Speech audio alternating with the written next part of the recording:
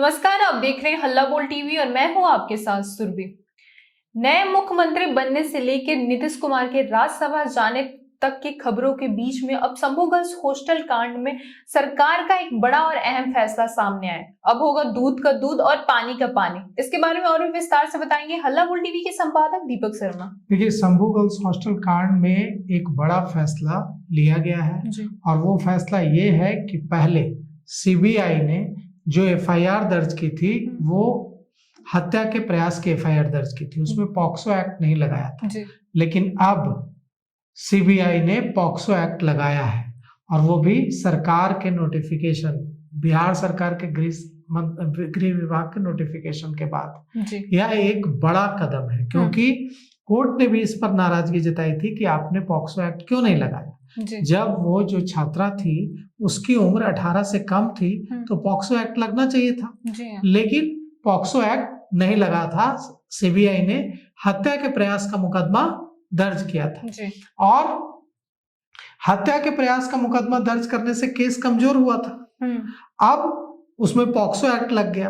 POCSO act लग गया, इतना ही नहीं, अब कहा जा रहा है कि जो छात्रा की माँ और बहन है वो अब कोर्ट आएगी जी। और कोर्ट आकर गवाही देगी जी। तो इस पूरे मामले में ये बड़ा फैसला लिया गया है और इससे शंभू गर्ल्स हॉस्टल कांड की जांच पर बड़ा असर पड़ेगा जी। अब इसमें एक और खुलासा हुआ है।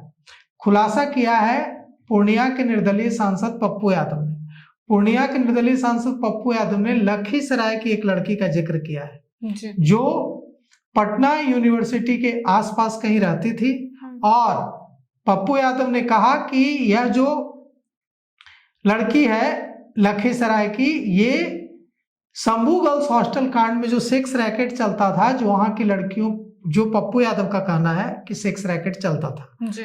निर्दलीय सांसद पप्पू यादव ने कहा है कि शंभू गर्ल्स हॉस्टल कांड में शंभू गर्ल्स हॉस्टल में जो सेक्स रैकेट चलता था, उस सेक्स रैकेट को चलाने में लखीसराय की इस लड़की की बड़ी भूमिका थी, जो पटना यूनिवर्सिटी के आसपास रहती थी और वहां से वो लड़कियों को सप्लाई किया जाता था, ऐसा पप्पू यादव का कहना है। और उसमें लखीसराय की वो लड़की जिसका नाम बताने से पप्पू यादव ने इनकार किया, कहा कि नाम अभी नहीं खोलूंगा, उसकी बड़ी भूमिका थी जी। तो यह जो पूरा शंभू गर्ल्स हॉस्टल कांड है जिसके बारे में पूरा बिहार जानना चाहता है, तो इसमें पॉक्सो एक्ट की धाराएं लग गई हैं और ये जितने भी लोगों के नाम इसमें सामने आ रहे हैं। अब देखिए इस मामले में क्या कुछ होता है, लेकिन इसमें पॉक्सो एक्ट की धाराएं लगाने से केस का एकदम पूरे केस की जांच अब 180 डिग्री घूम जाएगी क्योंकि केस अब बहुत संगीन हो जाएगा।